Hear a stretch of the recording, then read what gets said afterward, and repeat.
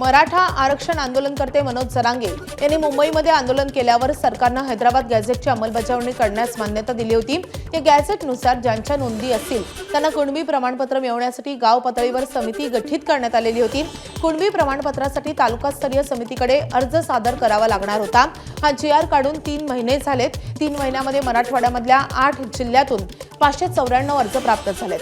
विभागीय कार्यालयाच्या अहवालानुसार यापैकी 98 जणांना ओबीसी जात प्रमाणपत्र दिले गेले, म्हणजेच अर्जांपैकी फक्त 18% अर्जांवर प्रमाणपत्र मंजूर झाले आणि यामुळे शासनाने प्रमाणपत्र देण्याची गती वाढवण्याची मागणी मनोज जरांगे यांनी केली आहे।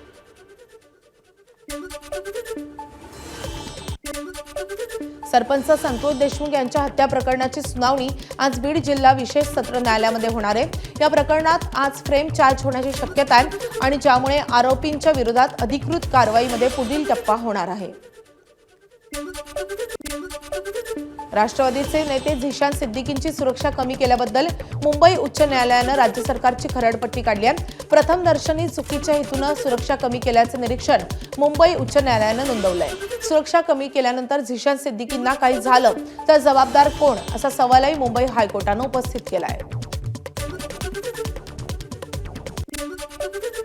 कल्याण डोंबिवली महानगरपालिकेमधल्या वरिष्ठ पदांच्या नियुक्तीवरून हिवाळी अधिवेशनामध्ये मोठा वादंग निर्माण झालाय।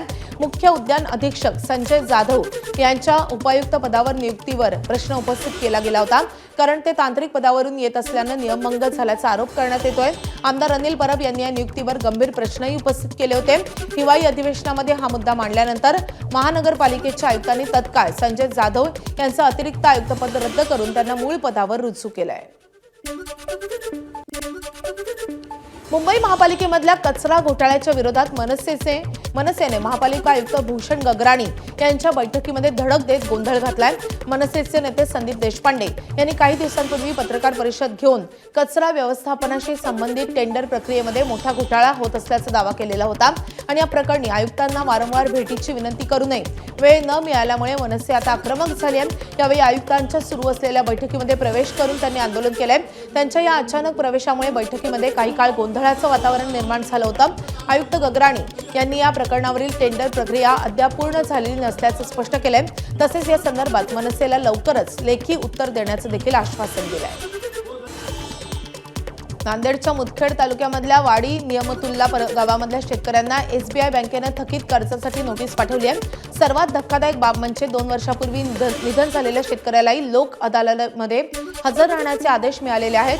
त्यांच्या नावावर 1 लाखाचं कर्ज थकीत आहे। शेतकऱ्यांची बिकट परिस्थिती लक्षात न घेता नोटीस पाठवल्यामुळे गावकऱ्यांमध्ये संताप व्यक्त केला जातोय।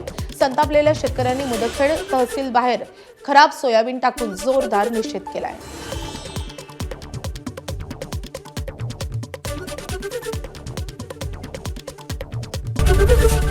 एबीपी माझा, उघडा डोळे बघा नीट।